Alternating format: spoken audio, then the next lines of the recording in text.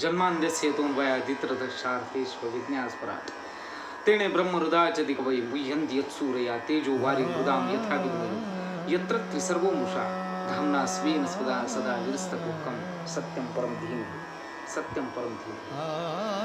कुठल्याही कर्माच्या पाठीमागे फलचिंतन नसेल किंवा विषय चिंतन नसेल तर कर्म घडेल कसं? कर्माच्या पाठीमागे फलचिंतन विषय चिंतन जर नसेल तर ते काढून टाकून त्याच्या पाठीमागे ईश्वरार्पण बुद्धी उभी करणं आणि त्या बुद्धी उभी करण्यासाठी म्हणून निश्चयात्मिका बुद्धी किंवा व्यवसायात्मिका बुद्धी याची आवश्यकता गरज भासणार। बघा तुम्ही शेक्सपियरचा हॅम्लेट किंवा शेक्सपियरचा आणखी कोरिओलॅनस हे जे लोक आहे हे किंग कर्तव्य मूड झाले। आपण बघत होतो की अर्जुन सुद्धा किंग कर्तव्य मूड झाला, पण हॅम्लेट किंग कर्तव्य मूड झाल्यानंतर तो स्वतःचा आत्मघात करून घेतो। To be or not to be that is the question. तो स्वतःचा आत्मघात करून घेतो, पण अर्जुनाने आत्मघात केला नाही। किंग कर्तव्य मूड व्हायलाच पाहिजे, अर्जुनही झाला, पण त्यानं आत्मघात करून घेतला नाही का? कारण त्याला वाट दाखवणारा जो वाटाड्या आहे, रस्ता दाखवणारा दिशादर्शक जो आहे तो विश्वाचा बाप आहे, ब्रह्मांडाचा नायक आहे, जगाचा मालक आहे, आणि म्हणून अर्जुन फसला नाही, त्यानं आत्मघात करून घेतला नाही। वाटाड्या चांगला आहे आणि वाटाड्या चांगला असावा म्हणून आपल्या जीवनाचं सारथ्य सुद्धा खऱ्या अर्थानं आपण सुद्धा ते भगवंताच्याच हातामध्ये दिलं पाहिजे, असाही एक अर्थ या ठिकाणी आहे। मग तू कर्मकांडामध्ये फसू नकोस, या सगळ्या प्रलोभनांमध्ये फसू नको, या बहुशाखांमध्ये फसू नको। काही धर्मामध्ये काही कल्पना अशा आहे कि आप अगर ये मर जाओगे, ये जिहाद का ये काम करोगे, मर जाओगे तो आपको ऊपर जाके 72 हुरे मिलेंगे, 72 अप्सरा मिळतील, आणि त्या अप्सरा कशा त्याचे वर्णन आलेले आहेत, त्याचे वर्णन केले। वहाँ पे शहद की दूध की नदियाँ होंगी, वहाँ पे 72 हुरे होंगी, वो हूर कैसी होगी, मग ती एक हूर तिच्याकडून तुमची तृप्तता झाल्यानंतर लगेच दुसरी तुमची उभी असेल, 100 आदमियों की उसे कुवत अदा की जाएगी। काय काय काय काय काय काय कल्पना आहे, आणि त्या कल्पनांमध्ये त्या विषयांमध्ये त्या सुखाच्या भोगैश्वर्यांच्या मला मिळाले पाहिजे या फळाच्या आशेमध्ये हा माणूस गुंततो।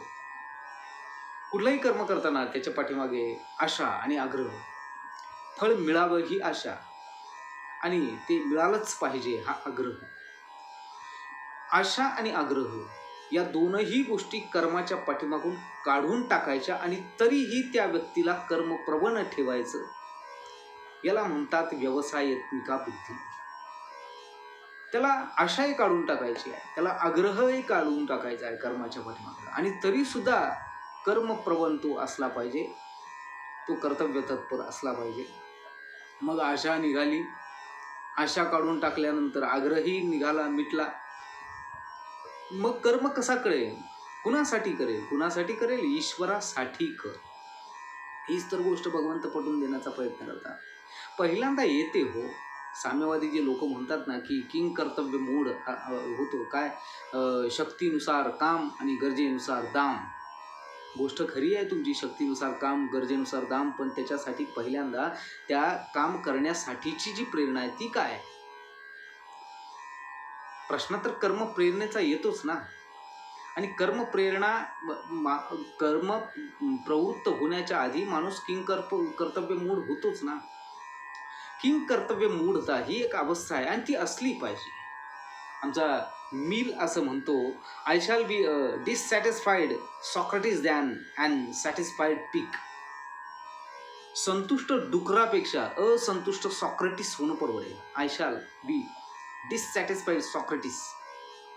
तेव्हा मला असंतुष्ट राहणं, किंग कर्तव्य मूड पहिल्यांदा होतो माणूस, आणि किंग कर्तव्य मूड झाल्यानंतर त्याच्या पुढची अवस्था भावना विवशता, भावनावश होतो तो, आणि भावनावश ज्यावेळी तो होतो त्या भावनावश झाल्यानंतरची अवस्था आहे निश्चयात्मिका।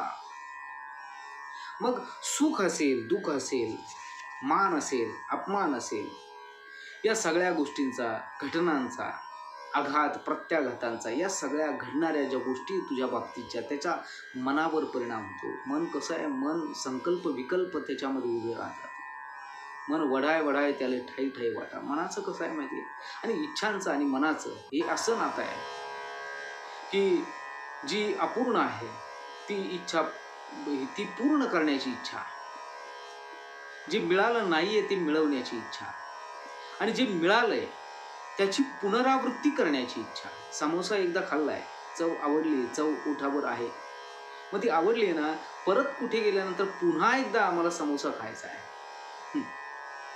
पूर्तता करणे आणि पूर्तता झाल्यानंतर त्याची पुनरावृत्ती करणे. सुखही पाहिजे, दुःखही पाहिजे. असं काही नाही, नुसतं सुखामध्येही माणूस नाही राहू शकत.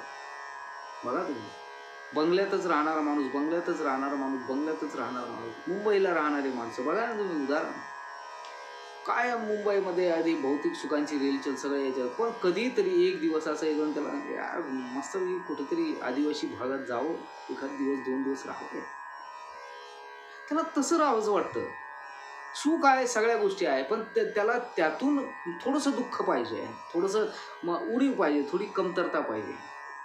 कायम मोटारीत फिरणारा, AC कारमध्ये बसून मर्सिडीजमध्ये फिरणारा माणूस, त्याला कधीतरी यार एकदा तो ट्रेन में जाके देखेंगे यार, ट्रेन में जाना यार.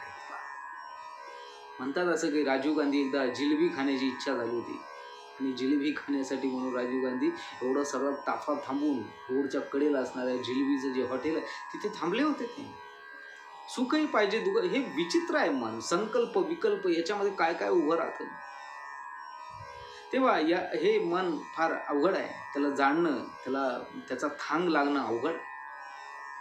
म्हणून या मनामध्ये याला सुखही पाहिजे, याला दुःखही पण अपेक्षित आहे, याला गोष्टीची पूर्तता पाहिजे, पूर्तता झाल्यानंतर परत त्या गोष्टीची पुनरावृत्ती सुद्धा पाहिजे. हे सगळं चालू राहणार आहे अर्जुना. आणि या फेऱ्यामध्ये, या बहुशाखांमध्ये तू जर अडकलास तर तुझा निश्चित असा जो विकास आहे तो विकास होणार नाही. आणि तो विकास म्हणजे काय, अथा तो ब्रह्मजिज्ञासा. ही ब्रह्मजिज्ञासा, ह्या आत्मबोध, ह्या आत्मतत्वापर्यंतचा तो जो प्रवास तुला करायचा आहे तो होणार नाही. तुझा अंतिम जे ध्येय आहे ते तुला साध्य होणार नाही. समाधीपर्यंत तू पोहोचणारच नाहीस. ही गोष्ट भगवंत अर्जुनाला पटवण्याचा, सांगण्याचा या ठिकाणी प्रयत्न करतात. भोगैश्वर्य प्रसक्तानां तयापभृत चेतसां व्यवसायात्मिका बुद्धिः समाधौ न विधीयते, समाधौ न विधीयते, समाधौ न विधीयते. अपूर्ण इच्छांची पूर्तता आणि पूर्ण इच्छांची पुनरावृत्ती. ज्यावेळी या भोग आणि ऐश्वर्यामध्ये तू रमशील त्यावेळी तुझी चेतना अपभृत होईल, आणि अपहृत झालेली जी चेतना आहे ती निश्चयात्मक निर्णय घेण्याची तुझ्या जी शक्ती आहे ती हिरावून घेईल. तू निर्णय घेऊ शकणार नाही. म्हणून निश्चयात्मिका बुद्धी किंवा व्यवसायात्मिका बुद्धीचा वापर करून मनावर नियंत्रण मिळेल. Control your emotions. याला ताब्यात घे. याला ताब्यात जर नाही घेतलं तर हे मन असं आहे ना, ते काय काय काय काय माणसाला करायला लावतं, सांगू शकत नाही. मी सांगितलंय, त्याला सुखही पाहिजे, त्याला दुःखही पाहिजे, सगळ्या गोष्टी पाहिजे त्याला. झोपडीत राहणाऱ्या माणसाला वाटतं की बंगल्यात राहिलो असतो तर किती भारी, आणि बंगल्यात राहणाऱ्या माणसाला एकदा काय झालं, एक कुत्रा आपला रस्त्याने चालला होता, आणि कुत्रा रस्त्याने चालला, भर 12चं ऊन, 48 टेम्परेचर, रस्त्याने चाललेला कुत्रा शेजारी तलाव आहे, त्या तलावाच्या शेजारून जात असताना तलावात मस्त पाण्यात मासे पोहत होते. कुत्र्याने माशांकडे पाहिले तिरक्या नजरेनं, आणि माशांकडे पाहून कुत्रा मनातल्या मनात म्हणतो, काय भाग्यवान आहे हे लोक, किती मस्त, एवढं ऊन पडतंय, थंडगार पाणी, आणि त्या पाण्यामध्ये मस्त पोहायला मिळतंय, किती सुंदर आनंद वाटत असेल त्यांना. आपलं काय, सगळीकडे हाड, या घरात इकडून लात मारली, तिकडून लात, एवढं ऊन आहे, कुठे सोय नाही, काय नाही, अवघड आहे बुवा, किती भाग्यवान आहे. आणि असा कुत्रा विचार करीत चाललेला असताना पाण्यातला मासा मात्र कुत्र्याकडे पाहून विचार करत होता, किती भाग्यवान आहे हा कुत्रा, आमची झाली जिंदगीच खराब आहे. जन्मापासून पाणी पाणी पाणी पाणी, पाण्यातच सगळीकडं पाणी पाणी पाणी, असं बाहेर मोकळं कुठे फिरायला मिळतच नाही. असं मोकळं कुठे जाता आलं पाहिजे, फिरता. बघा ना तो कुत्रा कसा डवलानं राजासारखा, चक्रवर्ती सम्राटासारखा चालला आहे. असं पाहिजे काही. माशाला वाटतं कुत्रा सुखी आहे आणि कुत्र्याला वाटतं मासा सुखी आहे. पण जगी सर्व सुखी असा कोण आहे विचारी म्हणा तू शोधून पाहे, समर्थ सांगतात. आणि म्हणून या गोष्टीसाठीच या भोग ऐश्वर्यांमध्ये या बहुशाखांमध्ये तुला फसायचं नाही. या कर्मकांडाच्या नादी तू लागू नकोस अर्जुना. आणि हा निर्णय घेण्यासाठी निश्चयात्मिका बुद्धीची, व्यवसायात्मिका बुद्धीची आवश्यकता आहे. त्या बुद्धीमुळं तू मनावर नियंत्रण मिळवू शकशील, याच्यापासून लांब तू राहू शकशील. आणि याच्यापासून लांब जर राहिला तरच तू समाधीपर्यंत पोहोचू शकशील. समाधी, भक्त आणि भगवंत यांच्या हा मिलनाचा जो विधी आहे, हा समाधी, ध्यान योगाच्या नंतर आणखी ध्यान योगाची पराकाष्ठा झाल्यानंतर तो एक अनुभव विशिष्ट येत असतो. कुणाला जर घ्यायचं असलं तर त्यांनी मी नेहमी सांगत असतो की सकाळच्या वेळी सूर्य त्राटक करत चला आणि ते करत करत करत करत हळूहळू ज्यावेळी डोळे मिटून दोन भुवयांच्या मध्ये तुम्हाला सूर्य गोल गोल गोल गोल फिरताना सूर्य दिसतो. ही साधना तुम्ही 3 महिनेपर्यंत ही वाढवल्यानंतर हळूहळू त्या गोल फिरणाऱ्या सूर्यामध्ये स्वतःची जी इष्ट देवता आहे, मूर्ती आहे, त्या मूर्तीला पाहण्याचा प्रयत्न करा. हेही तुम्ही काही वर्ष काही महिने करत राहिले तर हळूहळू तुम्हाला तो साक्षात्कार होईल. तो अर्धा मिनिट जरी मिळाला बस जीवन कृतार्थ आहे. ते सुखच असं अवर्णनीय आहे. त्यालाच तर सच्चित आनंद म्हणतात ना. तो आहेच तसा आनंद स्वरूप. आणि तो मिळाल्यानंतर हे संत हे जे काय हे सगळं सोडून निघाले, का निघाले हो? असा काय आनंद मिळाला त्यांना जो करोडो रुपयांपेक्षा मोठा आहे, जो या भौतिक सुखांपेक्षा च्या पलीकडचा आहे, की या गोष्टीचं अट्रॅक्शन त्यांना वाटतच नाही. या गोष्टींचं त्यांना अट्रॅक्शन वाटत नाही. तो आनंद कसा आहे? आणि इकडे जे भौतिक सुख आहे याचं कसं आहे, हे खाजव आल्यासारखं आहे. खाजव कशी असते, आपल्या अंगाला खाजव जर आली तर खाजवलं तर आनंदही वाटतो, पण जिथे खाजवतो तिथून रक्तही निघतं आहे आणि आनंद पण होतो आहे. असं हे सुख आहे. सुख तर मिळताना दिसत आहे कर्मकांड केल्यानंतर, पण याचं दुःख पण आहे. या सुखाचं आत दडलेलं एक दुःख पण विशिष्ट. मी बऱ्याचदा सांगतो, ज्या गोष्टीवर जितकं जास्त तुम्ही प्रेम कराल त्याच गोष्टीकडून तुम्हाला तेवढं जास्त दुःख भोगावं लागेल. म्हणून या नादी तू काही लागू नको. तुला व्यवसायात्मिका निश्चयात्मिका बुद्धीची आवश्यकता आहे. मनावर नियंत्रण मिळव अर्जुना. आणि मनावर नियंत्रण मिळवल्यानंतर मग मात्र तू या सगळ्यातून बाहेर पडून तुला जो अंतिम उद्देश आहे ब्रह्मजिज्ञासा किंवा आत्मबोध तो तुला होऊन जाईल. अन्यथा या गोष्टीच्या नादी जर हत्ती जर असला ना, हत्ती मोठात मोठा हत्ती, तेवढा प्रचंड आहे, अडदांड हत्ती आहे, तो हत्तीला पकडण्यासाठी काय करतात माहिती आहे? हत्तीला पकडण्यासाठी जे हत्ती पकडणारे लोक आहे ते समोर एक हत्तीन उभी करतात. आणि ती हत्तीन उभी करणं, हत्तीकडे काम आहे, काम खूप त्याचा प्रबल आहे. इथे पण आसक्त, याने प्रगाढ, प्रसक्ता नाम आसक्त. म्हणजे प्रगाढ आणि आसक्त म्हणजे आसक्ती, त्या गोष्टीबद्दलची आवड, त्या गोष्टी मला पाहिजेच, आग्रह. असा आसक्त ज्यावेळी माणूस होतो ना, भोग ऐश्वर मिळाले पाहिजे या गोष्टी, त्यावेळी तो समाधीपासून दूर जातो. हत्ती कसा असतो, हत्तीला पकडताना हत्तीन समोर ठेवतात, गमतीची गोष्ट आहे. आणि ती हत्तीनीला त्यानं समोर पाहिलं, एवढा आडदांड हत्ती आहे तो. तिला समोर पाहिल्यानंतर वेडा होऊन जातो, त्याला दुसरं काही सुचत नाही. कामात राणाम न भयम न लज्जा. आणि तो जो ती हत्तीन पाहतो तिच्याकडे तो धावत सुटतो. तो धावत सुटल्यानंतर त्या हत्ती ज्या रस्त्यावरून धावत येणार त्या रस्त्यावर एक खड्डा करून ठेवतात. आणि खड्डा केल्यानंतर धडाम दिशी त्या हत्ती त्या खड्ड्यामध्ये पडतो आणि मग त्या हत्तीला पकडलं जातं. तेव्हा असा आहे, कामाचा असा आहे की कामाच्या नादी जर लागला ना तर या खड्ड्यामध्ये तुला पडावंच लागणार आहे. तर खड्ड्यात पडला की परत तू काही उठू शकणार नाही. आसक्त होऊ नकोस. प्रसक्ता नाम वर्णन करून सांगतात. आणि असा आसक्त जर कोणी तू होशील भोग आणि ऐश्वर्यांना मिळवण्यासाठी, तर मात्र समाधीपासून तू राहशील. आवडीचं काम जर असलं तर त्यावेळी वेळ कळत नाही माणसाला. आवडीचं जर असलं तर वेळ कळत नाही आणि पटकन माणूस काम संपून जातं, वेळ संपून जातो. टाईम संपल्यानंतर हुशार विद्यार्थी पेपर लिहायला बसले, 3 तास पुरत नाही, पटकन निघून जातात, झटकन निघून जातात. पेपर चाललेला असतो त्यांचा लिहाणं, मग शिक्षक 3 तास झाले, चलो टाईम ऑफ. हा म्हणतो अरे इतकं पटकन कसं काय गेलं. आणि जे ढ असतात ना, त्यांना अजिबात ज्या गोष्टीची आवडच नाही आहे, असे जे बसतात ना, त्यांना 3 तासातल्या प्रत्येक सेकंद, प्रत्येक मिनिट हा वर्षासारखा वाटतो. अरे बापरे, वेळ का जात नाही. 1000 वेळा घड्याळाकडे पाहतो, का जात नाही वेळ, का जात नाही वेळ, का जात नाही वेळ. म्हणून स्थिर मन करणं गरजेचं आहे. तुझ्या आवडीचं काम, तुझ्या मनाला ती आवड निर्माण करणं गरजेचं आहे. त्यावेळी आपोआप या सगळ्या गोष्टी होतील. अर्जुना, हा बाकीचा विचार तू करूच नकोस. बघ, तुझं मन तुला स्थिर जर करायचं असलं तर बुद्धी व्यवसायात्मिक असली पाहिजे. आग्रह काढून टाक.